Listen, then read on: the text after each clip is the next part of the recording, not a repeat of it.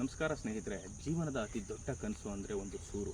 ಆ ಸೂರನ್ನ ನಾವು ನನಸು ಮಾಡ್ಕೋಬೇಕು ಅಂತ ಹೇಳಿದ್ರೆ ನೀವು ವಿಸಿಟ್ ಮಾಡಿ ಸೂರು ಪ್ಲಾನಿಂಗ್ ಆ್ಯಂಡ್ ಕನ್ಸ್ಟ್ರಕ್ಷನ್. ಸ್ನೇಹಿತರೆ, ಇವತ್ತಿನ ದಿನ ಮೈಸೂರು ನಗರ ಅತಿ ವೇಗವಾಗಿ ಡೆವಲಪ್ಮೆಂಟ್ ಆಗ್ತಾ ಇದೆ. ಹಾಗಾಗಿ ಎಷ್ಟೋ ಜನಗಳು ಇಲ್ಲಿ ಬಂದು ಇನ್ವೆಸ್ಟ್ಮೆಂಟ್ ಮಾಡ್ತಾ ಇದ್ದಾರೆ, ಹಾಗೂ ಎಷ್ಟೋ ಜನ ಇಲ್ಲಿ ಕನ್ಸ್ಟ್ರಕ್ಟ್ ಮಾಡ್ತಾ ಇದ್ದಾರೆ. ಆದರೆ ಎಷ್ಟೋ ಜನಗಳಿಗೆ ಅದನ್ನು ಕ್ವಶನ್ ಆಗಿ ಹೇಳಿದೆ, ನಾನು ಎಲ್ಲಿ ಇನ್ವೆಸ್ಟ್ಮೆಂಟ್ ಮಾಡಬೇಕು, ಯಾವ ಜಾಗದಲ್ಲಿ ಇನ್ವೆಸ್ಟ್ಮೆಂಟ್ ಮಾಡಬೇಕು ಮತ್ತು ನಾನು ಎಲ್ಲಿ ಕನ್ಸ್ಟ್ರಕ್ಟ್ ಮಾಡಬೇಕು ಎಂಬುದು ತುಂಬ ಜನಗಳಿಗೆ ಡೌಟ್ಫುಲ್ ಆಗಿದೆ.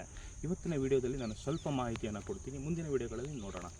ಸೊ ಇವತ್ತಿನ ದಿನ ನೀವು ತೊಗೊಂಡ್ರೆ NH ಏನಿದೆ ಹುಣಸೂರು ರೋಡು, ಅಲ್ಲಿ ಅತಿ ವೇಗವಾಗಿ ಅಪ್ ಟು ಬೆಳವಾಡಿವರೆಗೂ ನೀವು ಡೆವಲಪ್ಮೆಂಟ್ ಆಗ್ತಾಯಿದೆ. ಅಲ್ಲಿ ಸೈಟ್ ರೇಟ್ ತುಂಬ ಹೈ ರೇಟ್ ಇದೆ. ಅಲ್ಲಿ ಕೂಡ ನ್ಯಾಷನಲ್ ಹೈವೇ ಅಲ್ಲಿ ಕೂಡ ಕುಶಾಲನಗರ ಮೇನ್ ರೋಡ್ ಬರ್ತಾ ಇದೆ, 4 ಲೈನ್ಸ್ ಬರ್ತಾ ಇದೆ. ಅಲ್ಲಿ ಕೂಡ ಡೆವಲಪ್ಮೆಂಟ್ ಜಾಸ್ತಿ ಆಗ್ತದೆ. ಸೇಮ್ ಥಿಂಗ್ ಭೋಗಾದಿಯಿಂದ ಮುಂದೆ ಹೋದರೆ ಬೀರಿಹುಂಡಿ, ಹಾಗೆ ವಾಜಮಂಗಲ ಅಂತ ಹೇಳಿದ್ರೆ ಟಿ ನರಸೀಪುರ ಬನ್ನೂರು ರೋಡ್, ಅಲ್ಲೂ ಕೂಡ ತುಂಬ ಡೆವಲಪ್ಮೆಂಟ್ ತುಂಬ ಬೇಗವಾಗಿ ಆಗ್ತಾ ಇದೆ. ಇವೆಲ್ಲ ಕೂಡ ಇನ್ವೆಸ್ಟ್ಮೆಂಟ್ ಮಾಡ್ಬೋದು. ಬಟ್ ಏನು ಪ್ರಾಬ್ಲಮ್ ಅಂತ ಹೇಳಿದ್ರೆ ಗ್ರೇಟರ್ ಮೈಸೂರು ಆಗ್ತಾ ಇರೋದ್ರಿಂದ ಸಿಟಿ ಇನ್ನಷ್ಟು ದೊಡ್ಡದಾಗಲಿದೆ.